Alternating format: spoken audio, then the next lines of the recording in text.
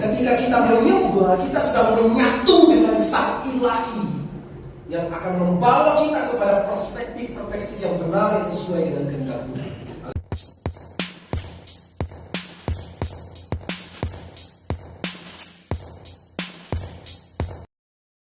Amin. Ya, jadi nggak ada alasan untuk kita tidak menyembah Tuhan. Haleluya. Penting sekali menyembah karena itu harus terjadi dalam gereja Tuhan. Kalau gereja terus terjadi pujian penyembahan itu terjadi setiap saat, bukan cuma sekedar di ibadah. Ya kan, ini perayaan saudara, ini perayaan. Tapi penyembahan itu senantiasa terjadi dalam hidup kita setiap hari. Maka itu yang dinamakan gereja sedang disempurnakan. Amin. Ketika kita menyembah, kita sedang menyatu dengan Sang Ilahi yang akan membawa kita kepada perspektif yang benar yang sesuai dengan kehendak Tuhan. Haleluya. Hari ini saya mau bahas ini saudara di dalam Yohanes 2 ayat yang ke-13. Tadi malam saya bahas ini. Ya. Oke, kita akan baca dulu kebenaran firman Tuhan baru kita akan masuk ke pembahasannya saudara. Yohanes pasal yang kedua ayat yang ke-13 sampai ayat yang ke-25. Ya. Yohanes 2 ayat 13 sampai yang ke-25. Haleluya, saudara yang ada bawa gadget, pada buka aplikasi Alkitabnya. Oke, ini sebenarnya dicatat di kitab Matius, Markus, Lukas juga ada saudara ya. Tapi saya ambil di dalam Yohanes 2 ayat 13 sampai 25. Yang sudah dapat katakan amin. Saudara boleh bangkit berdiri supaya kita ngantuk. Tikus tidak bekerja di sini. Pastikan Roh Kristus, Roh Kudus yang bekerja. Haleluya. Takutnya roh tikus. Sudah tahu toh? Selalu saya bilang gimana? Roh tikus itu apa tuh? Bagi dengar firman dia tidur. Haleluya. Oke, sudah dapat katakan amin. Kalau enggak nanti Anda bantu dengan slide ya. Yohanes 2 ayat 13 ini Yesus menyucikan bait Allah. Ayat 13 mulai 23. Ketika hari raya Paskah orang Yahudi sudah dekat, Yesus berangkat ke Yerusalem. Dalam bait suci didapatinya pedagang-pedagang lembu, kambing domba dan merpati dan pelukar-pelukar uang duduk di situ. Ia membuat cambuk dari tali lalu mengusir mereka semua dari bait suci dengan semua kambing domba dan lembu mereka. Uang pelukar-pelukar itu dihamburkannya ke tanah dan meja-meja mereka dibalikannya. Kepada pedagang merpati ia berkata, ambil semuanya ini dari sini. Jangan kamu membuat rumah Bapa-Bapakku menjadi tempat berjualan. Maka ingatlah murid-muridnya bahwa ada tertulis cinta untuk rumahmu menghanguskan aku. 18. Orang-orang Yahudi menantang Yesus katanya, tanda apakah dapat engkau tunjukkan kepada kami bahwa engkau berhak bertindak demikian? Jawab Yesus kepada mereka, rombaklah Allah ini dan dalam 3 hari aku akan mendirikannya kembali. Lalu kata orang Yahudi kepadanya, 46 tahun orang mendirikan bait Allah ini dan kau dapat membangunnya dalam 3 hari. Tetapi yang dimaksudkannya dengan bait Allah ialah tubuhnya sendiri. Kemudian sesudah ia bangkit dari antara orang mati, barulah teringat oleh murid-muridnya bahwa hal itu telah dikatakannya, dan mereka pun percayalah kepada kitab suci dan akan perkataan yang telah diucapkan Yesus. Dan sementara ia di Yerusalem selama hari raya Paskah, banyak orang dalam namanya karena mereka telah melihat tanda-tanda yang diadakannya. Tetapi Yesus sendiri tidak mempercayakan dirinya kepada mereka karena ia mengenal mereka semua dan karena tidak perlu seorang pun memberi kesaksian kepadanya tentang manusia, sebab ia tahu apa yang ada di dalam hati manusia. Puji Tuhan. Silakan duduk. Saudara, ini konteks yang sangat luar biasa di mana Yesus sudah pernah melakukan hal yang sangat, kalau mau dibilang ini luar biasa ya saudara ya. Seorang sosok yang sangat dikagumi di masa itu. Bahkan ketika dia hadir di bait suci, bukan dia berkhotbah, ya, dia bukan sedang dalam pelayanan, tapi apa yang dia kerjakan di sana? Dia mengusir para pedagang-pedagang yang berjualan di Ya, di halaman bait suci, saudara. Sebenarnya, saudara, yang kita lihat persis di sini bahwa produk yang dijual sebenarnya, produk yang mereka jual itu adalah ya hewan-hewan yang sebenarnya dipakai untuk apa? Untuk persembahan sebenarnya. Baik. Kelihatannya baik toh. Karena kan orang butuh, namanya orang Israel kalau lagi mempersembahkan, mereka butuh untuk membeli. Ada lembu di sana, ada kambing, ada domba. Yang paling murah itu apa? Paling kecil ya. Ada merpati ya kan, itu kan ada. Ya taraf hidup orang kan. Ya kalau maksud orang dalam kehidupan sosial mungkin ditentukan oleh yang namanya fulus. Ya, orang yang banyak duit katanya ya beli lembu kayaknya kan. Kalau yang mungkin setengah dia bisa beli kambing, domba, dan mungkin kalau mungkin terbatas mungkin ya dia bisa beli yang paling kecil saudara ya. Tapi satu hal kelihatannya ini baik, mereka jual membantu sebenarnya. Tapi kok Tuhan marah? Kok Tuhan gak senang? Ini kita harus belajar begini, apa yang kadang-kala kita anggap baik, kita anggap benar, belum tentu benar mata Tuhan. Amin. Apa yang kita anggap benar, apa yang kita anggap belum tentu itu baik di hadapan Tuhan. Yang setuju katakan amin. Karena ini penting sekali untuk kita pahami. Kenapa? Ya konteks kejadian yang terjadi di bait suci ini akan mengajarkan gereja hari-hari ini supaya apa? Saudara, kita sedang dibawa ke dalam kesempurnaan karena waktunya akan tiba. Ya, cepat atau lambat penggenapan janji Tuhan itu akan terjadi. Apapun goncangan yang terjadi hari ini, perang di mana-mana, itu penggenapan janji Tuhan. Kita hanya meminta belas kasih Tuhan. Karena ada banyak korban terjadi di sana. Ada banyak orang yang cedera, yang mengalami masalah ini. Kita hanya minta belas kasih Tuhan. Tapi satu hal saya mau katakan, janji Tuhan ya dan amin. Penggenapan itu harus terjadi. Haleluya. Amin. Dan masanya itu akan tiba, mudah-mudahan sih belum ya. Tapi kalau memang kita bersyukur orang percaya kalau Tuhan mau segera datang. Karena apalagi yang kita mengharapkan di dunia ini? Kesusahan dan kesusahan kok ke depannya hanya dengan Yesus saja kita bisa bersuka cita hari ini. Amin. Kita mau dipaksakan untuk apapun kalau tidak ada Yesus tidak akan bisa bersuka cita. Duit pun terbatas akan membuat kita bersuka cita.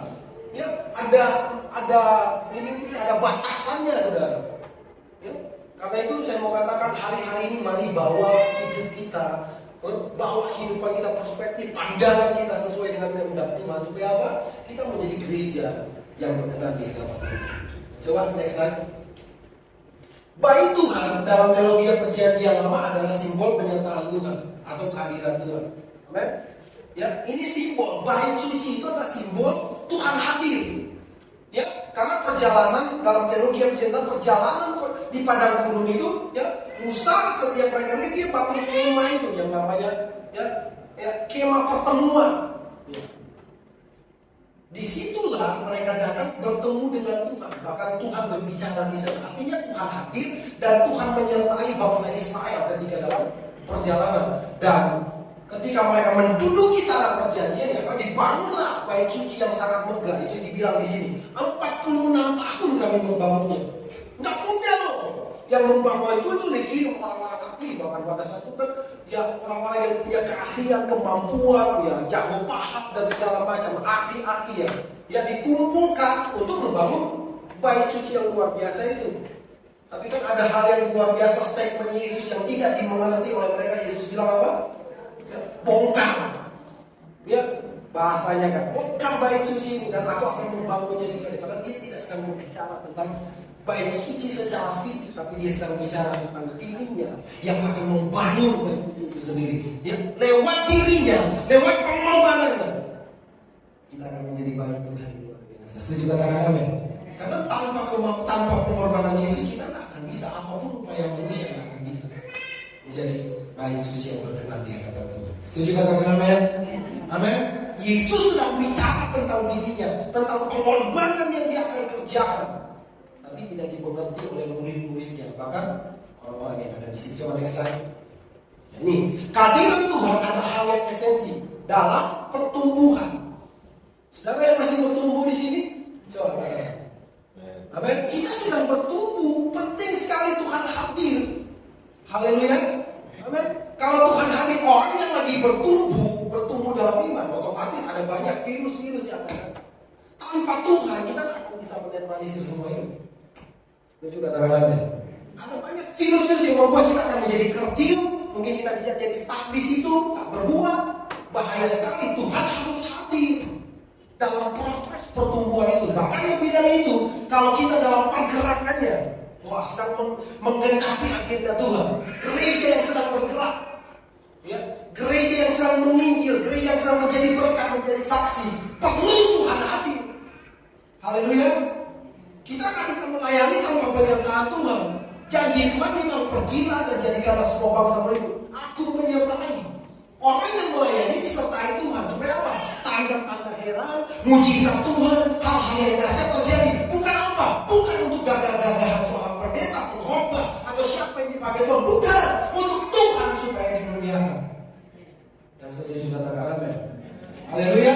Penting sekali karena Tuhan hadir, makanya akan melakukan hal-hal yang luar biasa. Ya, sebenarnya esensi dari Roh Kudus dicurahkan atas gereja supaya dia dapat hadir dalam diri kita. Setuju katakan amin. Ya, persoalannya gereja sudah dimeteraikan oleh Roh Kudus. Roh Kudus sudah datang dalam diri kita. Pertanyaannya, apakah dia beroperasi penuh dalam diri kita atau tidak? Itu menjadi pertanyaan. Haleluya. Apakah kita dituntun oleh Roh Tuhan atau dituntun oleh kedagingan kita? Atau dituntun oleh keakuan dan kebisaan kita? Kadang-kadang kita terjebak dengan hal ini karena kita biasa berpengalaman dalam mengelola segala sesuatu. Yang menjadi tuntunan itu apa sebenarnya? Ya kebisaan dan kemampuan kita. Maka itu menjadi kesombongan di hadapan Tuhan. Roh Kudus hadir, ya bahasa asli, bahasa Yunani-nya bilang apa? Parakletos. Roh Kudus itu adalah penolong bagi gereja untuk supaya apa? Supaya kita dapat memahami setiap kehendak Tuhan. Setuju katakan amin? Supaya kita nggak salah bertindak hari-hari ini. Karena kita semua sekalipun sudah jadi orang Kristen, kita bisa salah. Sekalipun kita sudah puluhan tahun melayani itu, kita bisa salah. Halo? Betul apa betul? Kita bisa terjebak manusia rentan dengan yang namanya kesalahan. Tapi kalau kita selalu ada dalam tuntunan Tuhan, wow, keren. Coba next slide. Ya, ini langsung aja saya masuk ke poinnya. Saudara, tanpa kehadiran Tuhan ini penting sekali. Saudara, apa yang terjadi yang dalam konteks yang kita baca? Ya, orang polisi bahkan para tokoh-tokoh agama, pemuka agama pada saat itu mereka tidak pernah lalai menjalankan ibadah. Betul enggak? Ya kan? Para ahli Taurat mereka tidak pernah. Ini selalu saya bilang di sini, saudara. Saya suruh bahwa begini, dari pelataran, dari halaman sampai ke ruang masuk tidak ada yang mereka lewatkan. Kalau mereka melakukan kegiatan pelayanan. Betul? Nah sekarang jadi pertanyaannya, Tuhan ada di situ kan? Hah? Ada di situ nggak Tuhan?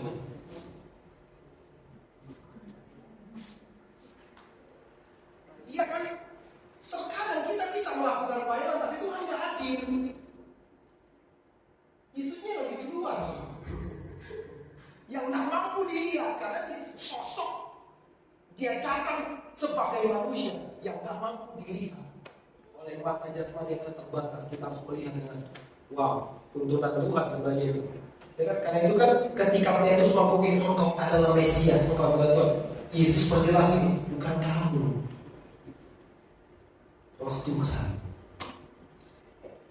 yang menuntunmu supaya kau bisa bilang ini. Kalau dengan wanita kan akan bilang ini Yesus manusia biasa kok. Betul nggak? Halo? Dan ini yang terjadi karena penting sekali kalau gereja ini, gereja secara organisasi, kalau tanpa hadiran Tuhan bahaya. Yang terjadi di sana cuma rutinitas mereka, tapi yang isinya di dalam cuma gontok-gontokan.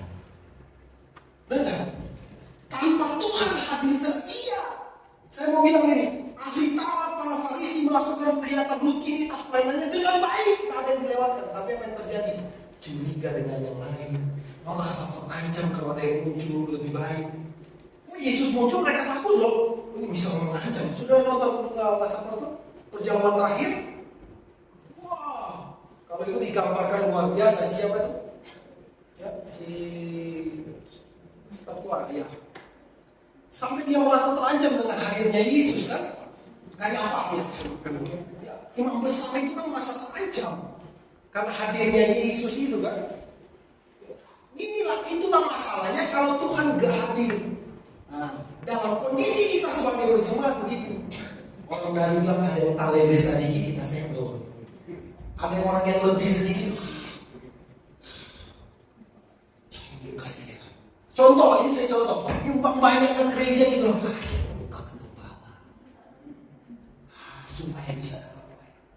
Kalau Tuhan gak hadir di situ dalam dirinya, penuh dengan kecurigaan.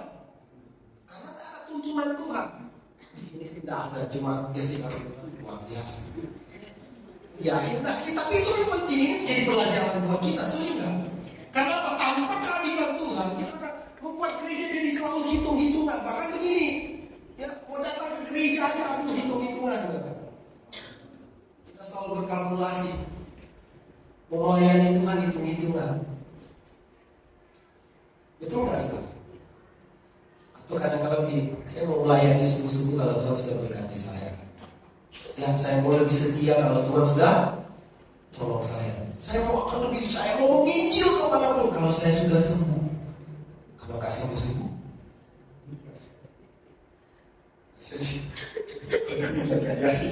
tetap melayani Tuhan. Haleluya. Ya, kadang-kadang kan begitu kan, kita bisa salah kaprah karena ini kita yang konsep yang kita pakai adalah kebenaran diri, pandangan diri kita. Karena Tuhan nggak hadir. Esensinya Tuhan itu harus hadir dalam diri kita supaya kita hitung-hitungan sama Tuhan.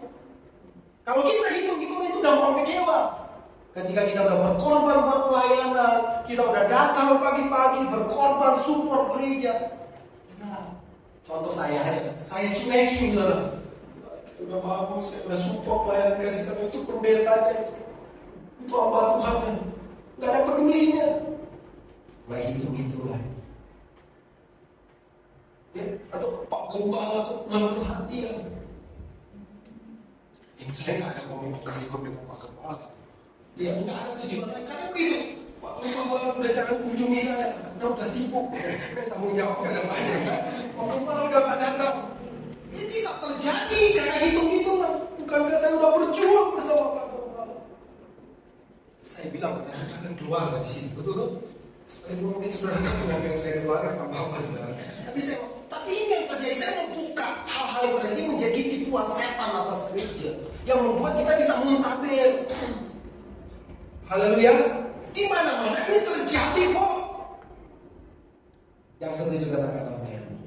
Jangan sampai kalau Tuhan gak hadir kita mulai hitung-hitungan. Jangan pakai kalkulasi, jangan pakai hubungan transaksional kalau ikut Tuhan. Karena pada dasarnya kita sudah gagal kalau pakai hubungan transaksional.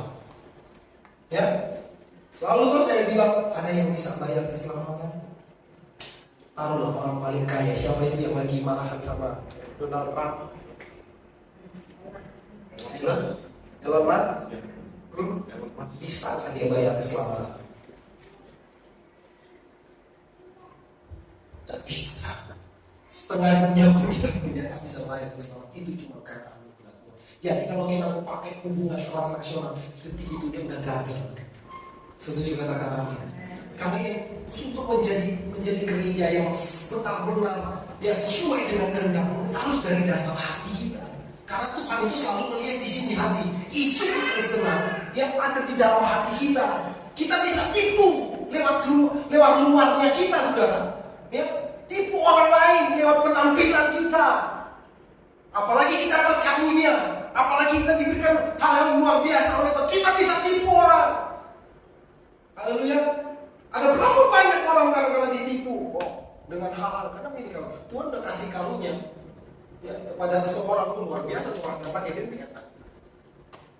Nanti itu akan dipertanggungjawabkan di belakangan penghakiman yang terakhir, pengadilan yang terakhir. Betul nggak? Karena itu kan ada banyak pertanyaan jemaat bilang, Pak, kok dia sudah berdosa?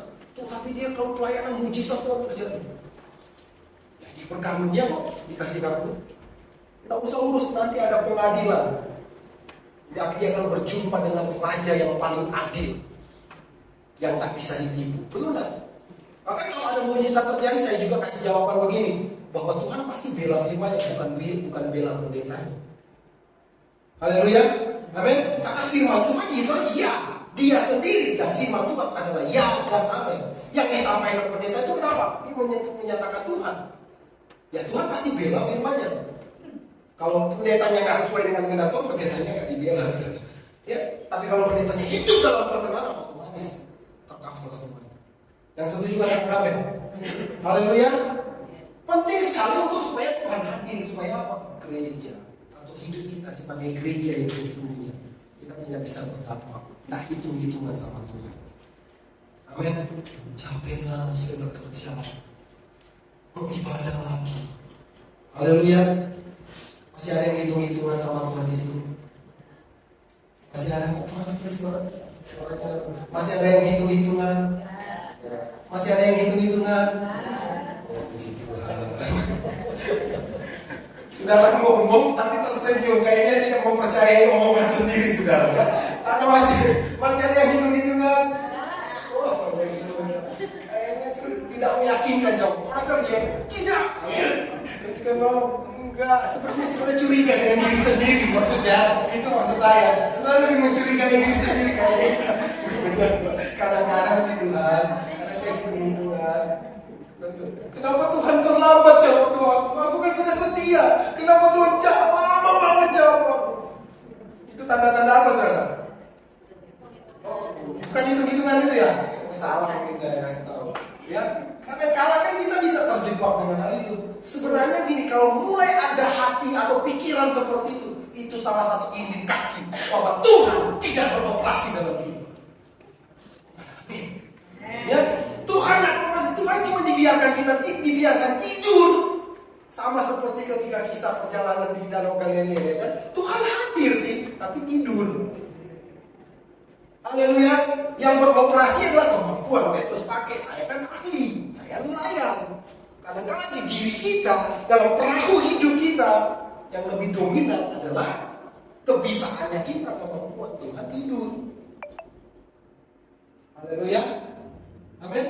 Nanti engkau harus sadar, ternyata Tuhan sih ada. Kok kita gak bunyi? Haleluya. Ya, nanti sudah salah dulu baru nyadar. Hello? Penting sekali Tuhan hadir buat kita.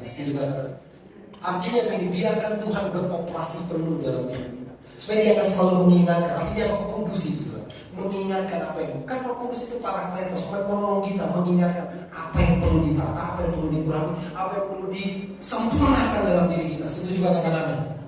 Yes. Next slide. Cepat. Tanpa kehadiran Tuhan, ya, kita tidak dapat membangun hidup kita menjadi baik kudusnya. Hello? Tuhan harus hadir supaya apa? Kita menjadi gereja yang kudus di hadapan Tuhan. Tadi saya sudah setir, Roh Kudus menolong, membantu kita supaya kita dapat dibangun atas dasar Tuhan. Karena itu di dalam gereja gunanya apa? Pemulihan. Supaya apa? Kita hidup di dalam culture ini, culture kerajaan surga, kultur, budaya itu. Bagaimana kita bisa hidup dalam budaya kerajaan kalau kita nggak pernah dimuridkan? Yesus memuridkan kita. Karena itu dia harus jadi raja di dalam diri kita. Supaya apa? Kita bisa dimuridkan. Setuju katakan amin? Lebih khusus kita ada terhisap di dalam komunitas atau gereja lokal untuk dibentuk di sana. Karena itu gereja harus ada Tuhan di sana.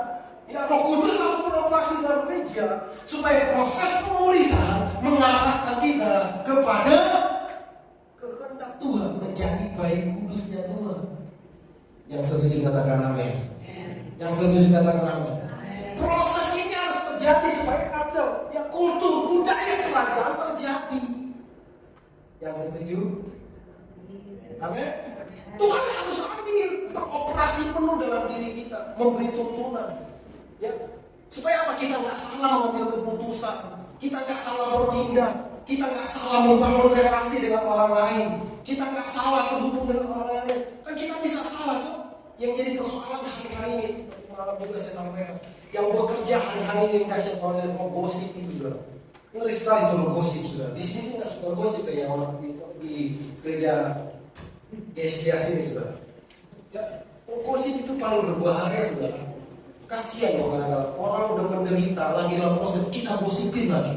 Sudah menderita kita gosipin lagi, gimana kasihannya? Gimana ya saudara? Sakitnya di mana? Di mana-mana. Mau ke sana salah, mau ke sini salah. Karena beredar, dia udah jatuh kita gosipin lagi. Mendingan angkat, setuju katakan amin. Memang sih digosip, kalau yang paling enak digosip ini yang kurang-kurang, betul nggak? Mana ada orang menggosipin, oh dia keren loh, dia hebat.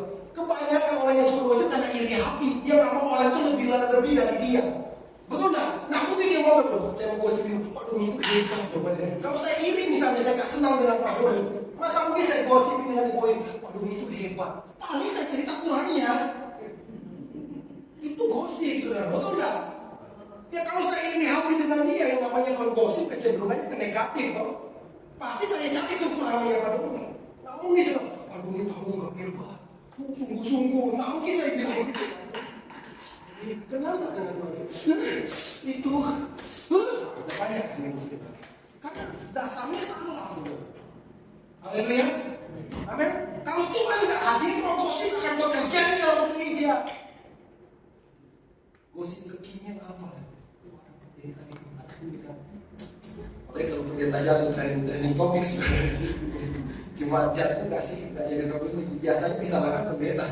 Pendeta nggak bimbing baik-baik sih, nggak mentor baik-baik. Tapi kalau pendeta jatuh itu sih nggak melayani sungguh-sungguh. Haleluya, haleluya. Kita semua butuh Tuhan, setuju katakan apa? Kita semua butuh Tuhan, setuju katakan apa ya? Haleluya. Perlu Tuhan hadir nggak buat kita? Perlu nggak? Dia sih ada dalam diri kita, persoalannya dia beroperasi perlu. Lalu izinkan dia memegang pegangan.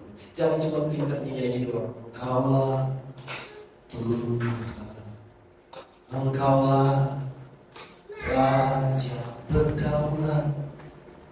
Kita kan cuma pintar nyanyi kadang-kadang, tapi dalam prakteknya keputusannya kita. Haleluya, menjadi baik kudusnya Tuhan. Kalau kita mau jadi baik kudusnya Tuhan, otomatis kita harus seperti itu dengan Dia. Bagaimana menjadi kudus? Ya, sesuai firman Tuhan, bahwa kudus. Ini bukan Alkitab sih, handphone. Betul? Haleluya. Amin. Harus kudus. Gimana? Bergaul dan dididik oleh Tuhan, disciple. Biarkan Tuhan mendidik kita. Area-area yang salah dibentuk oleh Tuhan. Karena itu jangan pernah komplain dengan bersyukur dengan semua pembentukan, karena Tuhan sedang membawa kita kepada kesempurnaan, menjadi gereja yang kudus, yang pure, yang murni, tidak embel-embel. Haleluya. Karena begini, saya mau bilang ini saudara, ada hal yang saya begini. Saudara sedang hidup di mana dunia sedang menormalkan apa yang tidak normal. Saya mau bilang ini, kalau gereja masih hidup di dalam kekudusan, masih sistem barter tukar menukar, saudara sementara ada di dunia yang begini, saya mengatakan sedang menormalkan apa yang tidak normal. Contoh, kalau anak muda free sex, yes.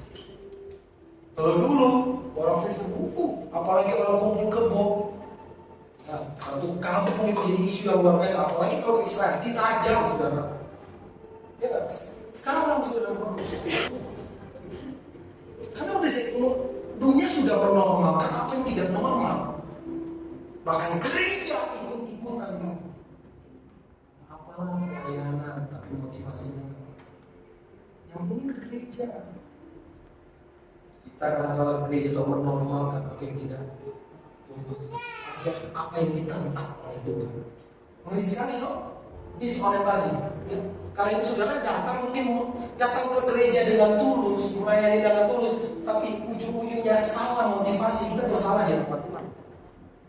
Tulus lah datang di sini, tapi ujung-ujungnya saya melayani ada motivasi lain, cari pengakuan, cari kebenaran, atau cari fulus.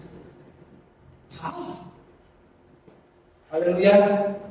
Amin. Ya, kita sedang ada di dunia yang seperti itu saudara.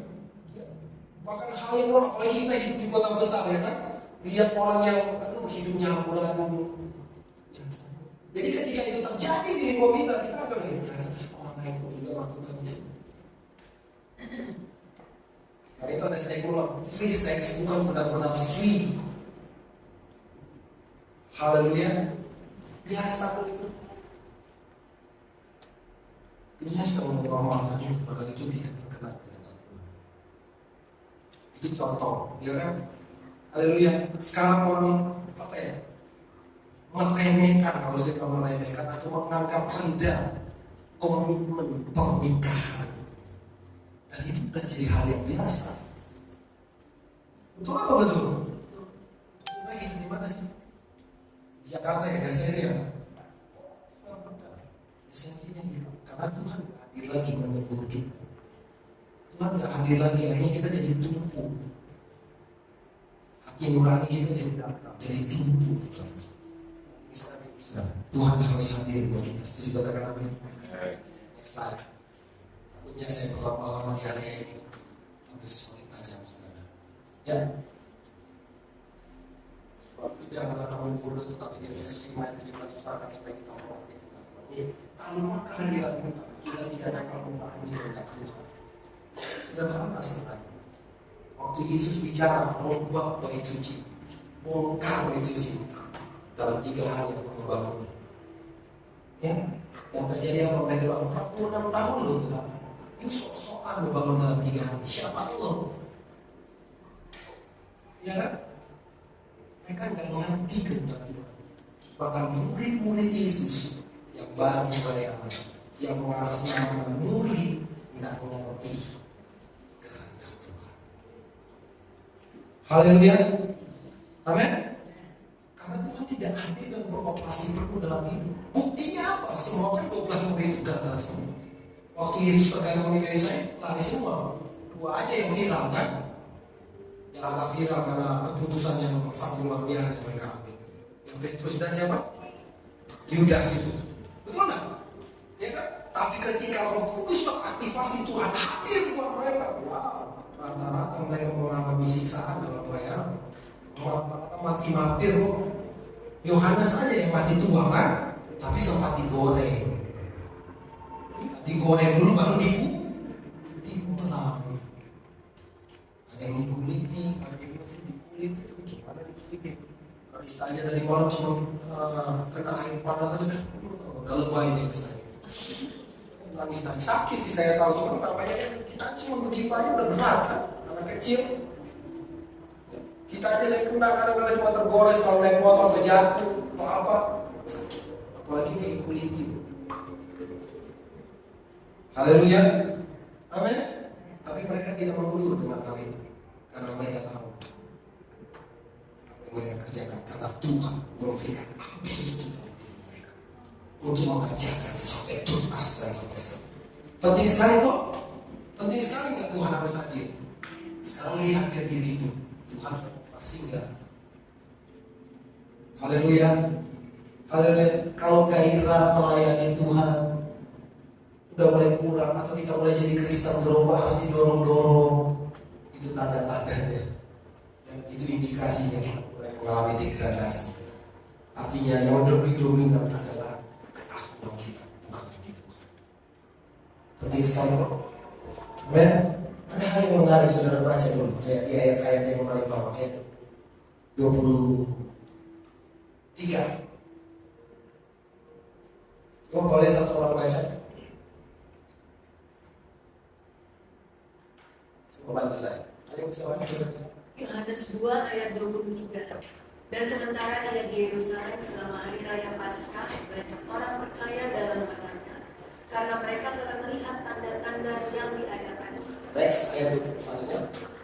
Tetapi Yesus sendiri tidak mempercayakan dirinya kepada mereka, karena ia mengenal mereka sendiri. Coba naik ke ayat 23. Saudara lihat baik-baik ini.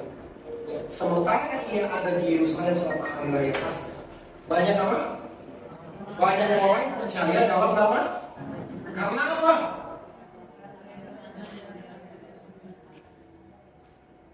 Keren loh. Yesus mau membuat mujizat tak?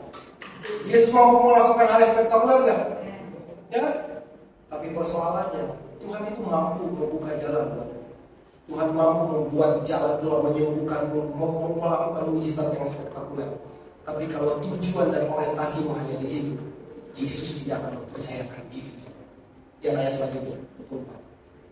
Ini tetapi Yesus sendiri bilang apa? tidak mempercayakan diri kepada mereka. Karena itu kalau saudara datang cuma kejar mujizat, cuma kejar jawaban, cuma kejar pertolongan, Tuhan tidak akan mempercayakan dirinya kepada. Kalau Tuhan mempercayakan itu bicara delegasi, bicara tentang representasi. Tuhan tidak bisa pakai orang-orang yang cuma jadi Kristen mujizat, Kristen yang cuma mengejar apa yang bisa Tuhan buat, tapi tidak mengejar hati Tuhan. Tidak bisa dipakai Tuhan. Hello? Dia buat mujizat, tapi dia tidak mempercayakan diri. Saudara mau dipercaya, Tuhan mempercayakan dirimu. Saudara. Jadi kemanapun saudara pergi, saudara jadi representasi. Apa sih yang lain di dalam ini? Ya? Apa sih yang lain dari kehidupan Pak Martin? Karena ada Tuhan. Ya, oleh kalau dia udah live, yang berbeda. Iya. Benar gak? Ini kan ada something yang membedakan itu. Haleluya. Amin. Penting sekali itu kenapa? Representasi Tuhan yang nampak dalam diri kita. Tapi kalau Tuhan tidak mempercayakan, hati-hati dengan pengejaranmu. Kalau Tuhan tidak memakai kita secara dahsyat, mungkin ada yang salah dalam orientasi pengejaranmu kepada Tuhan. Mungkin bukan karena mengejar hati, tapi mengejar tangan Tuhan. Hello? Sebenarnya tangan Tuhan itu akan datang kalau saudara mendapat hatinya. Tapi kadang-kadang kita salah karena kita cuma mengejar tangan-tangan saja, tapi tidak mengejar kehendak Tuhan. Tuhan tidak suka, Tuhan mampu melakukan. Kayak itu orang kali jatuh cinta, aku suka dong sama cewek ini, saya cowok kan. Aku suka karena dia kaya, namanya pejabat, punya power segala macam.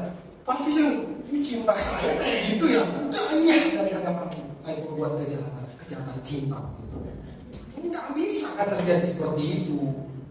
Ya kan, masa Tuhan hanya diingini apa yang bisa Tuhan buat tanpa menginginkan kehendaknya. Haleluya, itu contoh yang terbatas sebenarnya. Penting sekali, kenapa Tuhan tidak mempercayakan dirinya kepada gereja. Dan gereja nggak bisa berhasil menjadi berkat hari ini. Kenapa? Orientasi gereja bukan ke arah hatinya Tuhan, tapi orientasi kepada apa? Pengakuan, populernya, hebat, banyaknya. Hati-hati bagi kita semua. Saya mau ikut Tuhan supaya saya kaya, supaya saya sukses. Hati-hati dengan pengejaran. Diberkati nggak salah, sukses nggak salah, jadi orang hebat nggak salah. Yang salah karena itu jadi tujuan. Haleluya. Tujuan kita adalah kehendak Bapa. Yang setuju katakan amin. Amin. Karena itu jangan sampai Tuhan marah. Ya. Karena apa? Kita memperlakukan diri kita sebagai bayi suci, memperlakukan dengan salah. Kalau Tuhan menciptakan saya dan saudara segambar dan serupa, jangan ada hubungan transaksional. Kejar hati Tuhan, kejar kebenarannya. Ya, kalau kau sementara dididik Tuhan, bersyukurlah. Karena Tuhan sedang membawa kita kepada anugerah yang luar biasa. Haleluya, saudara bisa pahami kebenaran firman Tuhan ini. Ini jadi warning buat kita, ya, supaya Tuhan itu harus senantiasa beroperasi. Dia hadir berdaulat penuh supaya kita senantiasa buat. Kita nggak bisa asal makan atau pastikan kalau datang di sini, ya, bukan karena kejar supaya Tuhan buka jalan. Ada yang lagi tertutup jalan, takut digosipin kalau kata. Bukan takut Tuhan, takut begini ya. Ya, ada yang lagi butuh pertolongan, kadang-kadang lebih luas kan. Ada yang butuh mujizat, gampang angkat tangannya. Ya kan? Jangan kena pengejaran Tuhan aja. Karena nih di balik kebuntuan di situ ada suara Tuhan. Ya, di balik kebuntuan pun di situ ada hati Tuhan yang dia mau nyatakan dalam hidup. Ada kehendak Tuhan yang dia menyatakan. Di balik prosesmu ada suara Tuhan sebenarnya dia memberikan tuntunan dalam hidup. Setuju katakan amin? Di balik semua proses Tuhan sedang berbicara, temuin aku, bukan prosesnya. Setuju katakan amin? Haleluya, amin. Kalau ini ayat 23 dan 24 supaya jadi warning.